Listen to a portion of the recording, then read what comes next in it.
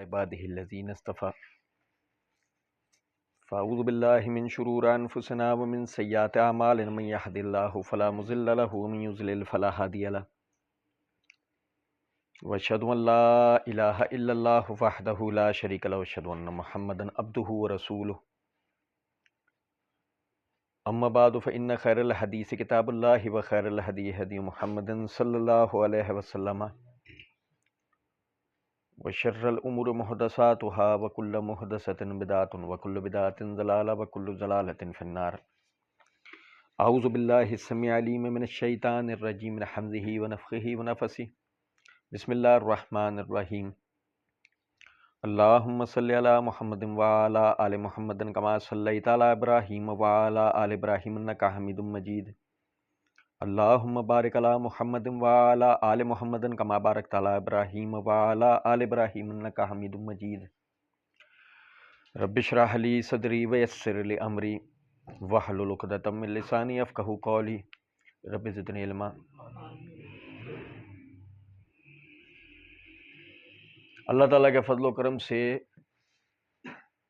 Mirza engineer کے بدنام زمانہ پمفلٹ ریسرچ پیپر 5B واقعہ کربلا کا حقیقی پس منظر 72 صحیح الاسناد احادیث کی روشنی میں ہم ان 72 صحیح الاسناد احادیث اور اس کا جو مصنوعی پس منظر ہے جسے مرزا جی حقیقی قرار دے رہے تھے، اس کی حقیقت وہ پڑھ سمجھ رہے تھے. فرقہ جہلمیہ پلمبریہ کا جو مخصوص تعویذ ہے 2812 حدیث عمار، اس کے حوالے سے ہم نے پچھلے یعنی کہ ریکارڈنگ میں پڑھا تھا. مرزا جی کو جو عوام حاصل ہے، خود مرزا جی کی زبانی، مرزا جی اس عوام کے لیے کہتے ہیں کہ یہ للو پنجو عوام ہے. مرزا جی اس عوام کے لیے کہتے ہیں کہ انہیں صحیح اور ضعیف کا انہیں کچھ پتہ ہی نہیں ہے. مرزا جی اپنے سننے والے عوام کے بارے میں یہ بات کہتے ہیں کہ وہ مطلب علمی یتیم ہے. خیر مرزا جی کو سننے والے سب تو ایسے نہیں ہیں. جو اندھے بہرے لنگڑے لولے مقلدین ہیں، اصل میں مرزا جی کو انہی سے فائدہ ہے. ورنہ میں عموماً ایک بات کہا کرتا ہوں کہ اس آدمی کو غور سے سننے، اور ظاہر ہے کہ اگر تحریر کی باری ہو تو غور سے پڑھنے کی ضرورت ہوتی ہے. آدمی عیار کی عیاری اور مکار کی مکاری کو سمجھ لیتا ہے. نمبر 17 کے تحت مرزا جی نے روایت نقل کی کہ عمار بن یاسر رضی اللہ تعالیٰ عنہ کو ایک باغی گروہ شہید کرے گا. اور نمبر 18 کے تحت مرزا جی جو روایت درج کرتے ہیں، پڑھنے والا دنگ رہ جاتا ہے کہ اگر ایسا بھی ہوتا نا کہ بیچ میں ایک نمبر کا بھی فرق کر لیتے کہ 18 پر کسی اور روایت کو درج کر لیتے اور 19 پہ اس کو کر لیتے تو بھی چلو شاید بات سمجھ آتی. کیونکہ اس درجے کی دھاندلی، اپنے پڑھنے اور سننے والوں کو اس درجے کا بے وقوف سمجھنا کہ جیسا چاہیں گے آپ چونا لگا دیں گے. سنیے گا ذرا بات کو. مرزا جی صفحہ نمبر 9 کے اپنے پمفلٹ کے صفحہ نمبر 9 کے نمبر 18 کے تحت روایت درج کرتے ہیں کہ مسند احمد کی حدیث میں کہ سیدنا کلثوم تابعی رحمہ اللہ کا بیان ہے کہ ہم واسط بریکٹ میں لکھتے ہیں جو عراق کا ایک شہر ہے، میں سیدنا عبد الاعلیٰ تابعی رحمہ اللہ کے پاس بیٹھے تھے کہ اچانک وہاں ایک شخص کو دیکھا جن کا نام تھا سیدنا ابو الغادیہ رضی اللہ تعالیٰ عنہ. انہوں نے پانی مانگا تو ایک چاندی کے نقش و نگار والے برتن میں ان کے لیے پانی لایا گیا، مگر انہوں نے پینے سے انکار کر دیا. اور پھر رسول اللہ صلی اللہ علیہ وسلم کا ذکر کرتے ہوئے بریکٹ میں لکھتا ہے بڑی حسرت کے ساتھ بیان فرمایا کہ آپ صلی اللہ علیہ وسلم نے ہم سے یہ ارشاد فرمایا تھا، دیکھنا میرے بعد دوبارہ کافر نہ بن جانا کہ ایک دوسرے کی گردنیں مارنے لگ جاؤ. پھر سیدنا ابو الغادیہ رضی اللہ تعالیٰ عنہ مزید فرمانے لگے کہ ایک موقع پر میں نے ایک شخص کو دیکھا کہ وہ فلاں بریکٹ میں میری ایک محبوب شخصیت کا تذکرہ برائی کے ساتھ کر رہا تھا، تو میں نے کہا اللہ تعالیٰ کی قسم اگر لشکر میں تو میرے ہتھے چڑھ گیا تو تجھ سے میں نمٹ لوں گا. پھر جب جنگ صفین کا دن برپا ہوا تو اچانک وہی شخص مجھے بریکٹ میں میدان جنگ میں مل گیا. اس نے زرہ پہن رکھی تھی، مجھے زرہ میں ایک شگاف نظر آیا تو میں نے طاق لگا کر نیزہ مارا اور اسے مار ڈالا. لیکن پھر مجھے پتا چلا کہ وہ بریکٹ میں مقتول شخص تو سیدنا عمار بن یاسر رضی اللہ تعالیٰ عنہ، یعنی اس وقت تک، اب یہ بریکٹ میں لکھتے ہیں، یعنی اس وقت تک سیدنا ابو الغادیہ رضی اللہ عنہ خود بھی سیدنا عمار بن یاسر رضی اللہ عنہ کے اہم مرتبے سے ناواقف تھے۔ پھر سیدنا ابو الغادیہ رضی اللہ تعالیٰ عنہ خود سے مخاطب اور کہا، بریکٹ میں، تعجب ہے کہ ایک طرف تو ان ہاتھوں نے چاندی کے برتن میں پانی پینے کو تو ناپسند کیا، اور دوسری طرف سیدنا عمار بن یاسر رضی اللہ عنہ کو قتل کر ڈالا، بریکٹ میں نعوذ باللہ من ذالک۔ یہ مرزا جی کا کیا ہوا ترجمہ مکمل ہوا۔ اب یہاں سب سے پہلے مرزا جی کو سننے اور پڑھنے والوں کی جناب میں عرض ہے کہ نمبر 17 کے تحت مرزا جی نے جو روایت درج کی اس میں الفاظ ہے تقتلوہ الفئۃ الباغیہ، مرزا جی کا کیا ہوا ترجمہ کہ تجھے ایک باغی جماعت قتل کرے گی۔ اور نمبر 18 کے تحت مرزا جی ذکر کر رہے ہیں کہ فرد واحد نے، ابو الغادیہ نے ان کو شہید کیا ہے۔ نہیں سمجھے؟ نمبر 17 کے تحت مرزا جی کا اپنا کیا ہوا ترجمہ کہ انہیں ایک جماعت شہید کرے گی، ایک گروہ۔ اور نمبر 18 کے تحت روایت وہ درج کی ہے جس میں الفاظ ہیں کہ ان کو ایک شخص واحد ابو الغادیہ نے شہید کیا ہے۔ تو دو میں سے کوئی ایک بات صحیح ہوگی نا، کہ ایک گروہ نے مارا، وہ صحیح ہوگی، ایک جماعت یا ایک فرد۔ اچھا، پھر لطف کی بات یہ ہے کہ اتنا وضاحت کے ساتھ لفظ ہے تقتلوہ الفئۃ الباغیہ۔ فئۃ عربی میں کہتے ہیں جمع، لوگوں کے ایک جتھے کو جو کسی مقصد کے تحت ایک دوسرے کی طرف لوٹتے ہوں۔ سورہ انفال میں آتا نا، کم من فئۃ قلیلۃ غلبت فئۃ کثیرۃ، آتا ہے نا کہ کتنی ہی قلیل جماعتیں کثیر جماعتوں پر غالب آ جاتی ہیں۔ تو کم از کم اس کا اطلاق جمع پہ ہوتا ہے، فرد واحد پر تو سوال ہی نہیں پیدا ہو سکتا اس کا اطلاق ہو سکتا ہو۔ آدمی اتنا تو سوچے کہ میں پیچھے روایت درج کر کے آیا ہوں کہ جس میں نے لوگوں کو تاثر دیا ہے کہ باغی جماعت شہید کرے گی، باغی جماعت وہ معاویہ اور اہل شام ہے۔ اب سوال پیدا ہوتا ہے کہ یہاں میں جو روایت درج کر رہا ہوں اس میں تو میں ایک فرد واحد کا ذکر کر رہا ہوں۔ یہ یہاں تک بات سمجھے یا نہیں؟ یا تو وہ روایت صحیح ہے جو کہ ہے بخاری مسلم والی، وہ روایت صحیح ہے، اور یا پھر یہ مسند احمد والی روایت صحیح ہوگی، جبکہ لطف کی بات ہے کہ یہ صحیح نہیں ہے۔ اچھا چلیں میں آپ کو بتاؤں، سب سے پہلے ایک نقطہ سمجھیے گا۔ مرزا جی نے مسئلہ نمبر 157 پارٹ 2 کے اندر ایک جگہ پر یہ بات شیخ زبیر علی زئی رحمۃ اللہ علیہ کے لیے کہی ہے کہ میری ان سے بات ہوئی، کہتے ہیں مسند ابو الغادیہ موجود ہے مسند احمد میں، ابو الغادیہ رضی اللہ تعالیٰ عنہ سے احادیث ہیں، تو میں نے ان کا دفاع کرنا تھا، تو میں تو اس حدیث کو کیسے صحیح مانوں؟ سمجھیں، مرزا جی نے یہاں پر اس روایت کو درج کیا اور شیخ زبیر کے حوالے سے کہا ہے کہ اس کی سند صحیح ہے، اور مرزا جی نے مسئلہ نمبر 157 پارٹ 2 میں شیخ زبیر کے حوالے سے کہا ہے، میں اسے صحیح کیسے مانوں؟ اب تو بھائی شیخ زبیر نے صحیح کہا ہے یا نہیں؟ یہاں تو تم چونا لگا رہے ہو کہ شیخ زبیر نے صحیح کہا ہے، اور وہاں تم زبانی اپنے اس ریکارڈنگ اپنے لیکچر کے اندر تم کہہ چکو کہ شیخ زبیر تمہیں نعوذ باللہ من ذالک ایک طفل مکتب بھی ایسی بات نہیں کر سکتا، کہ وہ تو ابو الغادیہ رضی اللہ عنہ صحابی، ان کی تو مرویات ہیں مسند احمد میں کیسے اس روایت کو صحیح مانوں؟ نہیں، یعنی کہ ایک حدیث پڑھنے پڑھانے والا بچہ بھی ایسی بات نہیں کر سکتا۔ چاہ جائے کہ ان کے لیے یہ بات کہی جائے کہ جن کے لیے مرزا جی کہتے ہیں سب کانٹیننٹ کی سب سے علمی شخصیت، بھائی شیخ زبیر علی زئی رحمۃ اللہ علیہ وہ یہ بات کہیں گے۔ ہم نے تو خیر وہاں مرزا جی کو بڑا زبردست اس کا جواب دیا، تو اور آج بھی انشاءاللہ دیں گے۔ اچھا اب ذرا غور کیجئے گا، سب سے پہلے تو آپ یہ دیکھیں کہ یہ میرے ہاتھ میں سیر و اعلام النبلاء امام ذہبی کی، اس کی جلد نمبر 3 کا صفحہ نمبر 495 496۔ امام ذہبی رحمۃ اللہ علیہ اس روایت کو نقل کرنے کے بعد کہتے ہیں اسناد فیہ انقطاع، اس کی سند میں انقطاع ہے، سند اس کی منقطع ہے۔ جس کو یہ سند صحیح کہہ رہے ہیں نا، اگر اس کی سند منقطع ہے۔ اچھا اب دیکھیں کیا مسئلہ ہے، سند منقطع ہونا کیا مسئلہ ہے یہاں پہ، میں آپ کو بتاؤں۔ اب غور طلب نقطہ ہے کہ اس روایت کو کلثوم بن جبر کے حوالے سے ابو الغادیہ جو ہے، ابو الغادیہ کے حوالے سے کلثوم بن جبر جو ہے نا وہ روایت کرتے ہیں، اور مسند احمد ہی دیکھنے سے یہ پتہ لگتا ہے کہ یہ میرے ہاتھ میں مسند احمد کی جلد نمبر 7 کا صفحہ نمبر 337 ہے. ابھی ہم وہ اصل روایت کے متن پہ بھی بات کریں گے انشاءاللہ، صرف ابھی تک تو سند پہ بات کر رہے ہیں. مسند احمد کی جلد نمبر 7 کا صفحہ نمبر 337 ہے، حدیث نمبر 17929 ہے. حماد بن سلمہ با واسطہ ابو حفص و کلثوم بن جبر با واسطہ ابو الغادیہ روایت کرتے ہیں کہ ابو الغادیہ کہتے ہیں قتل عمار بن یاسر فاخبر عمر بن عاص.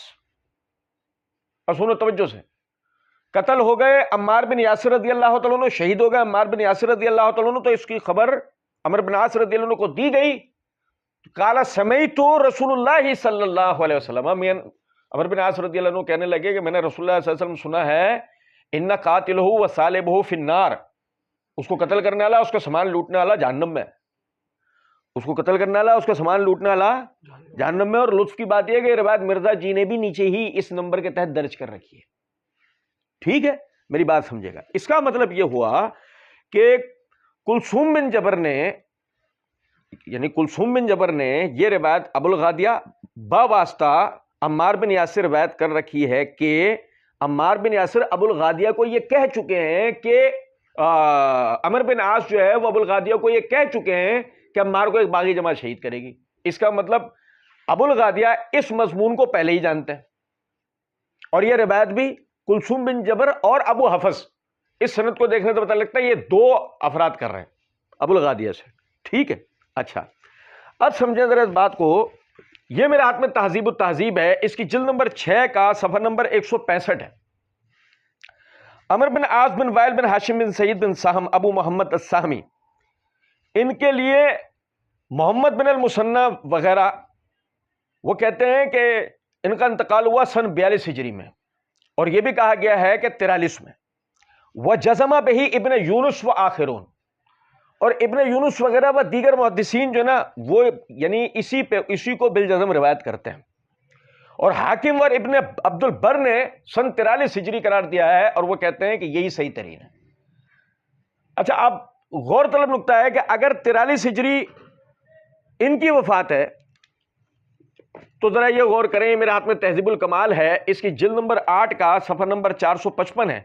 کلثوم بن جبر جو ان کے حوالے سے یہ روایت کر رہے تھے، ابو الغادیہ یعنی عمر بن عاص، ابو الغادیہ باواسطہ عمر بن عاص، ان کے لیے یعنی کہ امام ابن حبان رحمۃ اللہ علیہ کتاب الثقات کے اندر کہتے ہیں ماتا سن 30 و 100، 130 ہجری میں ان کا انتقال ہوا. نہیں سمجھے؟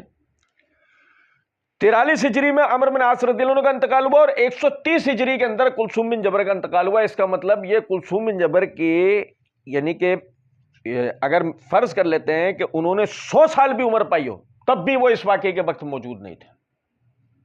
کلثوم بن جبر وہاں موجود ہو سکتے ہیں، یعنی کہ اگر کلثوم بن جبر نے 100 سال بھی عمر پائی ہو تب بھی وہ اس واقعے کے وقت وہاں موجود نہیں ہو سکتے کہ وہ اس واقعے کو باواسطہ ابو الغادیہ باواسطہ عمر بن عاص اس کو روایت کر سکتے ہوں. یہ تو اپنی جگہ ایک بات. اس کا مطلب یہ ہوا کہ یہ ابو حفص کا کہا ہوا جملہ ہو سکتا ہے، جس کی ابھی میں ایک اور دلیل آپ بھائیوں کے سامنے رکھوں گا. اچھا پھر مزے کی بات یہ ہے، اگر کوئی کہے نہیں جی، اگر کوئی کہے نہیں جی بات اسی طریقے سے، ہاں یہ ایسی ہی ہے کہ کلثوم بن جبر نے روایت کیا، تب ہم یہ کہتے ہیں کہ یہ تقریب التہذیب ہے، اس کی جلد نمبر 2 کا صفحہ نمبر 495. کلثوم بن جبر البصری رحمۃ اللہ علیہ کے لیے حافظ ابن حجر رحمۃ اللہ علیہ کہتے ہیں صدوق یخطی، سچے تھے مگر خطا کرتے تھے. سچے تو تھے مگر روایت حدیث میں خطا کرتے تھے. اور دیکھیں خطا سمجھ میں آئے گی اگر انتساب ان کی طرف کیا جائے، ورنہ تو ہم یہ بات کہتے ہیں کہ یہ الفاظ ابو حفص کے ہیں کہ جن کی توثیق منقول نہیں ہے. اچھا دیکھیں، یہ میرے ہاتھ میں مستدرک حاکم ہے، اس کی جلد نمبر 4 کا صفحہ نمبر 723 ہے، حدیث نمبر 5658 ہے. ربیہ بن کلثوم، کلثوم بن جبر کے بیٹے ربیہ بن کلثوم، وہ اپنے والد کا بیان نقل کرتے ہیں کہ میں واسط القصب میں عبد الاعلی بن عامر کے گھر تھا. یہ وہی مسند احمد والا واقعہ ہے، ذرا غور کیجئے. جیسے مسند احمد کے اندر الفاظ تھے کہ میں واسط میں عبداللہ بن عامر کے پاس تھا، وہی الفاظ ہیں، غور کیجئے گا ذرا اس بات میں. فرق صرف اتنا ہے کہ یہاں پر بیان کرنے والے ان سے عبداللہ بن اون ہیں اور یہاں روایت کرنے والے خود ان کے بیٹے ربیہ ہیں. سنو، ربیہ بن کلثوم اپنے والد کا بیان نقل کرتے ہیں کہ میں واسط القصب میں عبد الاعلی بن عبداللہ بن عامر کے گھر تھا. اجازت لینے والے نے کہا ابو الغادیہ جوہنی اندر آنے کی اجازت مانگ رہے ہیں. عبد الاعلی نے کہا اس کو اندر آنے کی اجازت دو. وہ اندر آئے. اس وقت انہوں نے تنگ کپڑے پہنے ہوئے تھے. وہ انتہائی دراز قد آدمی تھے. وہ تو اس امت کے فرد ہی نہیں لگتے تھے. جب اندر آ کر بیٹھ گئے تو کہنے لگے ہم عمار بن یاسر رضی اللہ عنہ کو سب سے معتبر اور نیک جانتے ہیں. میں عربی عبارت آپ کو پڑھ کے بتاتا ہوں، سنیے گا ذرا بات. کننا نعود عمار بن یاسر من خیارنا، ہم اپنی اندر عمار بن یاسر کو سب سے بہترین پاتے ہیں. اس کا مطلب ابو الغادیہ عمار بن یاسر کی شخصیت کو پہلے سے جانتے تھے. مرزا جی نے کیا ڈھکوسلا مارا کہ اس وقت تک کہ جب نعوذ باللہ من ذالک ابو الغادیہ نے عمار کو شہید کیا، وہ اس وقت تک یعنی کہ خود بھی جو ہے ان کو عمار بن یاسر رضی اللہ تعالیٰ عنہ کی شخصیت کا علم ہی نہیں تھا. ٹھیک ہے نا؟ یہ مرزا جی نے یہ عبارت یعنی اس وقت تک سیدنا ابو الغادیہ خود بھی سیدنا عمار بن یاسر کے اہم مرتبے سے ناواقف تھے. اہم مرتبہ، جبکہ روایت میں الفاظ ہے کننا نعود عمار بن یاسر من خیارنا، ہم تو عمار بن یاسر کو اپنے اندر اپنے لوگوں میں سب سے بہترین سمجھتے ہیں. اور سنیں گے ذرا بات کو. اللہ کی قسم میں مسجد قباء میں تھا، وہ باتیں کر رہا تھا. ان میں ایک یہ بھی تھا کہ اللہ کی قسم اگر کبھی مجھے اس پر غلبہ ملا تو میں اس کو روند ڈالوں گا، حتیٰ کہ ان کو قتل کر ڈالوں گا. پھر جب جنگ صفین شروع ہوئی تو لشکر کی پہلی جماعت پیدل چلتے ہوئے آئی، یہاں تک کہ وہ صفین کے درمیان پہنچ گئے. ایک آدمی نے ان کو نیزہ مارا، ایک آدمی نے ان کو نیزہ مارا جس کی وجہ سے وہ گر گئے. ان کا خود لوہے کی ٹوپی وہ نیچے گر گئی. جب دیکھا تو وہ عمار بن یاسر کا سر تھا. ابو الغادیہ رضی اللہ تعالیٰ عنہ عمار بن یاسر رضی اللہ عنہ پہ حملہ کرنے والے کا بتا رہے ہیں، یہ نہیں کہہ رہے میں نے قتل کیا ہے. اور سمجھو کچھ بات کو یا نہیں. اور عمار بن یاسر کی شخصیت کو جانتے ہیں. اور مسند احمد کی روایت میں یہ الفاظ ہیں کہ عمر بن عاص سے تقتلہ الفئۃ الباغیہ، تجھے باغی جماعت شہید کرنے کے راوی ابو الغادیہ ہی ہے. اس کے بعد آپ دیکھیں کتنی بڑی عیاری اور مکاری ہے کہ مرزا جی ابو الغادیہ رضی اللہ تعالیٰ عنہ کو قاتل عمار ثابت کرنے پہ تلے. جی 72 صحیح الاسناد روایات کی حقیقت سمجھ آ رہی ہے؟ اب ذرا 72 صحیح الاسناد جو روایات ہیں، ایک سب سے پہلے سند منقطع ہے، نمبر 2 اب ذرا متن پہ تھوڑا سا غور کیجئے گا. مرزا جی کا کیا ہوا ترجمہ اور اصل عبارت میں آپ بھائیوں کو پڑھ کے بتاؤں. مرزا جی کے ترجمے پہ پہلے غور کریں. مرزا جی لکھتے ہیں کہ کلثوم تابعی کا بیان ہے، ہم واسط میں عبد الاعلی تابعی رحمہ اللہ کے پاس بیٹھے ہوتے. اچانک میں ایک شخص کو دیکھا جن کا نام تھا سیدنا ابو الغادیہ رضی اللہ عنہ. انہوں نے پانی مانگا تو ایک چاندی کے نقش و نگار والے برتن میں ان کے لیے پانی لایا گیا، مگر انہوں نے پانی پینے سے انکار کر دیا. اور پھر رسول اللہ صلی اللہ علیہ وسلم کا ذکر کرتے ہوئے بڑی حسرت کے ساتھ بیان فرمایا کہ آپ صلی اللہ علیہ وسلم نے ہم سے یہ ارشاد فرمایا تھا، دیکھنا میرے بعد دوبارہ کافر نہ بن جانا کہ ایک دوسرے کی گردنیں مارنے لگ جاؤ. یہاں تک روایت سن لی. اب وہ تو مرزا جی کو سننے پڑنے والے نا، ہمارے جیسا ہوتا نا ہم اس آگے نہیں پڑھنے دیتے، ہم کہتے ٹھہرو ذرا یہ بتا دو چھوٹی سی ایک بات. یہ لا ترجعوا بعدی کفارن، میرے بعد کافر نہ ہو جانا، یہ الفاظ یعنی کہ ابو الغادیہ روایت کر رہے ہیں کہ ایک دوسرے کی گردنیں مارنے لگ جاؤ، اس کے بعد پھر وہ عمار کو قتل کر رہے ہیں. تو ذرا سمجھاؤ نا، یہ قضیہ تو حل کر کے دو کہ ایک طرف وہ رسول اللہ صلی اللہ علیہ وسلم سے حدیث روایت کر رہے ہیں کہ میرے بعد کافر نہ ہو جانا کہ ایک دوسرے کی گردنیں کاٹ ڈالو، اور دوسری طرف وہی عمار کو شہید کر رہے ہیں. یہ کیسے ممکن ہے؟ ذرا سمجھاؤ یہ بات. پہلے تو یہی سمجھاؤ متن میں. پھر اس کے بعد آگے آپ دیکھیں کہ پھر سیدنا ابو الغادیہ مزید فرمانے لگے. یہ دیکھو یعنی حدیث میں واضح طور پہ مرزا نے تعریف کی ہے. پھر سیدنا ابو الغادیہ مزید فرمانے لگے کہ ایک موقع پر میں نے ایک شخص کو دیکھا کہ وہ فلاں بریکٹ میں میری ایک محبوب شخصیت کا تذکرہ برائی کے ساتھ کر رہا تھا. اب میں آپ کو سنیں ذرا عربی عبارت سنیے گا اس کی نا. یہ میرے ہاتھ میں مسند احمد ہے، اس کی جلد نمبر 6 کا صفحہ نمبر 880 ہے، حدیث نمبر 16818. مرزا جی نے جو 16818 کا جو اشارہ دیا ہے، کلثوم بن جبر کہتے ہیں کننا بواسط القصب عند عبد الاعلی بن عبداللہ بن عامر قال فاذا عنده رجل يقال له ابو الغادیہ. سنو، کلثوم بن جبر کہتے ہیں ہم واسط قصب میں عبداللہ بن عامر کے پاس تھے، جبکہ وہاں پر ایک شخص تھا جس کو ابو الغادیہ کہا جاتا تھا. اب سوال یہ پیدا ہوتا ہے، یہ ابو الغادیہ رضی اللہ عنہ، اس کا کیا ثبوت ہے؟ کوئی کہے ابو الغادیہ تو ایک ہی ہے نا، ابو حنیفہ 6 ہیں. اور بھائی نہیں سمجھے، ابو جعفر محمد بن جریر طبری 2 ہیں. اور کچھ بات آ رہی ہے سمجھ میں؟ نہیں، یہ جو ابو الغادیہ ہیں، یہ ابو الغادیہ رضی اللہ تعالیٰ عنہ صحابی رسول ہیں اگر تو پھر یہ سمجھے ذرا اس بات کو کہ کلثوم بن جبر انہیں جانتے کیوں نہیں ہیں. چلیں چھوڑیں، ہم نے تو ابھی وہی عرض کی نا کہ ہم تو ابھی فی الوقت بات نہیں کر رہے نا. اور سنیں، اچھا پھر کہتے ہیں کہ فَأُوتِيَ بِإِنَاءٍ مُفَزٍّ فَأَبَىٰ، ان کے آگے چاندی کا پیالہ پیش کیا گیا، انہوں نے پینے سے انکار کر دیا. وَذَكَرَ النَّبِيُّ صلی اللہ علیہ وسلم، اور رسول اللہ صلی اللہ علیہ وسلم کا ذکر کرنے لگے. فَذَكَرَ هَذَا الْحَدِيث، پھر اس کے بعد اس حدیث کو ذکر کیا. لَا تَرْجِعُوا بَعْدِي كُفَّارًا أَوْ ضُلَّالًا، یعنی کہ میرے بعد کافر نہ ہو جانا یا میرے بعد گمراہ نہ ہو جانا. ابن ابی عدی، محمد بن ابی عدی نے اس میں شک کیا الفاظوں میں.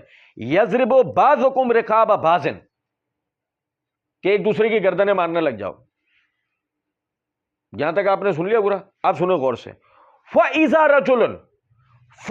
رَجُلٌ يَسُبُّ فُلَانًا، فَإِذَا رَجُلٌ يَسُبُّ فُلَانًا، پس اس وقت ایک شخص نے فلاں کو برا بھلا کہا.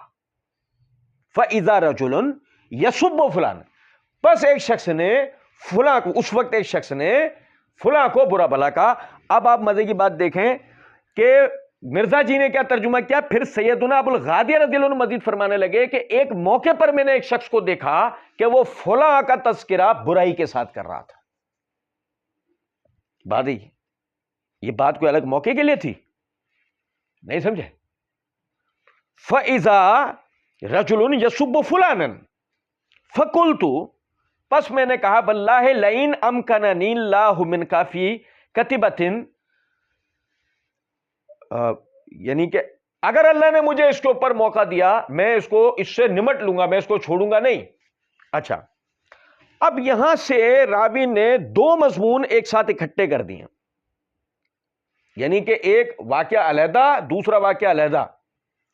کیونکہ اس کی وجہ یہ ہے، جیسے ابھی میں نے آپ بھائیوں کے سامنے یہ بات عرض کی ہے کہ ابو الغادیہ رضی اللہ تعالیٰ عنہ خود اس حدیث کے راوی ہیں، اور ابو الغادیہ رضی اللہ تعالیٰ عنہ خود اس آدمی کے بارے میں بتانا ہے جس نے عمار بن یاسر رضی اللہ تعالیٰ عنہ کو شہید کیا. اب یہ جو بیچ کا جو جملہ ہے نا، یہ راوی یہاں مسند احمد کی روایت میں کھا گیا ہے، اس کو اس نے بیان نہیں کیا.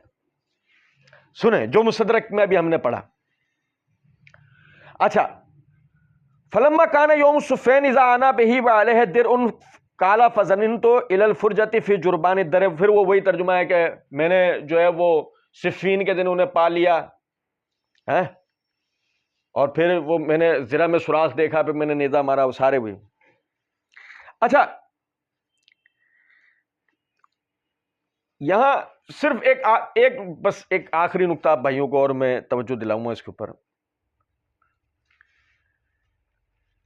مطلب ہم واحد نہیں ہیں ایسا کہنے والے کہ یہ جو نا ابو الغادیہ رضی اللہ تعالیٰ عنہ نے واقعہ نہیں کیا، بلکہ میرے ہاتھ میں اسد الغابہ ہے، اس کی جلد نمبر 3 کا صفحہ نمبر 596 ہے. امام ابن اسیر جزری رحمۃ اللہ علیہ فرماتے ہیں کہ ایک روایت میں ہے کہ جس شخص نے جناب عمار کو قتل کیا تھا وہ کوئی اور آدمی تھا، اور ابو الغادیہ قاتل مشہور ہو گیا. قتل کرنے والا کوئی اور تھا اور ابو الغادیہ قاتل، یعنی کہ نام ان پر آ گیا. میں نے جیسا عرض کیا نا کہ یہ 2 علیحدہ مضمون تھے، راوی نے اس کو ایک جگہ اکٹھا کر دیا ہے وہم میں آ کر نا. اچھا، پھر اب ذرا غور کیجئے گا، یہ میرے ہاتھ میں طبقات ابن سعد ہے. دیکھو حدیث میں کیا الفاظ ہیں، تقتل الفئۃ الباغیہ، اسے ایک باغی جماعت شہید کرے گی. جمع، فرد واحد نے یہ کام نہیں کیا. یہ میرے ہاتھ میں طبقات ابن سعد ہے، اس کی جلد نمبر 3 کا صفحہ نمبر 315 316 ہے. مزے کی بات ہے، قاتل عمار و صالبہ فی النار کے راوی عبداللہ بن اون ہی اس کو روایت کرتے ہیں. کیوں کہتے ہیں کہ عمار رضی اللہ تعالیٰ عنہ کا 90 سال کی عمر میں شہادت ہوئی. ان کی ولادت رسول اللہ صلی اللہ علیہ وسلم سے پیشتر تھی. ان کی طرف 3 آدمی متوجہ ہوئے. ان کی طرف 3 آدمی متوجہ ہوئے: عقبہ بن عامر الجوہنی، عمر بن حارث خولانی اور شریک بن سلمہ المرادی. یہ تینوں اس وقت ان کے پاس پہنچے کہ وہ کہہ رہے تھے کہ اگر تم لوگ ہمیں مار کے صافات ہجر تک پہنچا دو تو مجھے معلوم ہوگا کہ ہم حق پر ہیں اور تم باطل پر ہو. سب نے مل کر ان پر حملہ کیا اور قتل کر دیا. بعض لوگوں کا گمان ہے کہ عقبہ بن عامر ہی وہ شخص ہے جس نے عمار رضی اللہ تعالیٰ عنہ کو قتل کیا، اور یہ وہ شخص ہے جس کو انہوں نے عثمان بن عفان رضی اللہ عنہ کے حکم سے مارا تھا. یہ بھی کہا جاتا ہے کہ وہ شخص جس نے انہیں قتل کیا وہ عمر بن حارث الخولانی ہے. غور طلب نکتہ ہے کہ جو رسول اللہ صلی اللہ علیہ وسلم کی پیشن گوئی تھی کہ تجھے ایک باغی گروہ قتل کرے گا، ہمیں روایت سے بھی پتہ لگتا ہے کہ ان کے قاتل 3 افراد ہیں، ایک فرد نہیں ہے، اور تینوں کے نام واضح ہیں. وہ کوئی صحابی رسول نہیں ہے جسے مرزا جی نے صحابی رسول کے کھاتے میں ڈالنے کی کوشش کی، اور نتیجہ اس کا یہ نکلا کہ مرزا جی اس پر جتنا ذلیل ہو سکتے تھے نا وہ تو ہوئے ہی ہیں، ابھی آگے اور ہوں گے. آپ حیران رہ جائیں گے کہ جب ہم، یعنی کہ یہ تو نمبر 18 تھا نا، آپ حیران رہ جائیں گے کہ جب ہم نمبر 19 کا ذیل پڑھیں گے تو وہاں ایک روایت ایسی ہے کہ مرزا جی نے ایک روایت ایسی نقل کر رکھی ہے. چلے میں بلکہ اس کو پڑھ کے سنا دیتا ہوں، سنیے گا. مرزا جی کیا کیا ہوا ترجمہ. سیدنا حنظلہ بن خویلد تابعی رحمہ اللہ کا بیان ہے کہ میں حضرت معاویہ بن ابی سفیان کے پاس تھا کہ اچانک وہاں 2 آدمی سیدنا عمار بن یاسر کے کٹے ہوئے سر کو لے کر جھگڑتے ہوئے آئے. ان میں سے ہر ایک کا یہی دعویٰ تھا کہ اس نے انہیں قتل کیا ہے. تو یہ منظر دیکھ کر عبداللہ بن عمر بن عاص نے فرمایا تم دونوں، بریکٹ میں مرزا جی کہتے ہیں، بجائے اس قتل پر فخر کرنے کے اس بریکٹ میں لکھنا دعوی قتل کو اپنے ساتھی کے حق میں ہی چھوڑ دو، کیونکہ رسول اللہ صلی اللہ علیہ وسلم نے تو فرمایا کہ ان کو باغی گروہ قتل کرے گا. یہ سن کر حضرت معاویہ نے غصے، بریکٹ میں لکھنا غصے میں آ کر سیدنا عبداللہ بن عمر بن عاص کے والد عمر بن عاص سے کہا، اے عمر اپنے مجنون بیٹے سے تو ہماری جان چھڑاؤ، اور اے عبداللہ تیرا ہمارے ساتھ کیا کام ہے. بریکٹ میں لکھتے ہیں ہمارے گروہ سے نکل جاؤ. سیدنا عبداللہ بن عمر بن عاص رضی اللہ تعالیٰ عنہ حضرت معاویہ کو جواب دیتے ہوئے فرمایا، میرے باپ نے ایک بار رسول اللہ صلی اللہ علیہ وسلم نے میری شکایت کی تھی تو آپ صلی اللہ علیہ وسلم نے مجھے حکم دیا تھا کہ زندگی بھر اپنے باپ کی اطاعت کرتے رہنا اور اس کی حکومت دولی نہ کرنا، لہٰذا میں رسول اللہ صلی اللہ علیہ وسلم کا احترام کرتے ہوئے تمہارے ساتھ تو رہوں گا، مگر بریکٹ میں لکھتے ہیں خلیفہ برحق سیدنا علی رضی اللہ عنہ کے خلاف لڑائی میں حصہ نہیں لوں گا. یہ جب روایت آئے گی نا ہم اس کی حقیقت انشاءاللہ پڑھیں گے. فی الوقت تو صرف ایک چھوٹا سا سوال تھا، عمار کو باغی جماعت شہید کرے گی، پہلا مضمون. عمار کو فرد واحد ابو الغازی نے شہید کیا، دوسرا مضمون. عمار کا سر لے گئے 2 بندے آئے وہ کہہ رہے ہیں ہم نے قتل کیا ہے، تیسرا مضمون. اب ان میں کوئی ایک صحیح ہوگا نا، مرزا جی اور مرزا جی کے حواری، اور جو مرزا جی پر الہام کرتا ہے نا کہ جس کا سورہ اعراف کے اندر ذکر آتا ہے کہ اللہ میں تیرے بندوں کو بہکاؤں گا ان کے دائیں سے بائیں سے، سامنے سے، پیچھے سے، اوپر سے.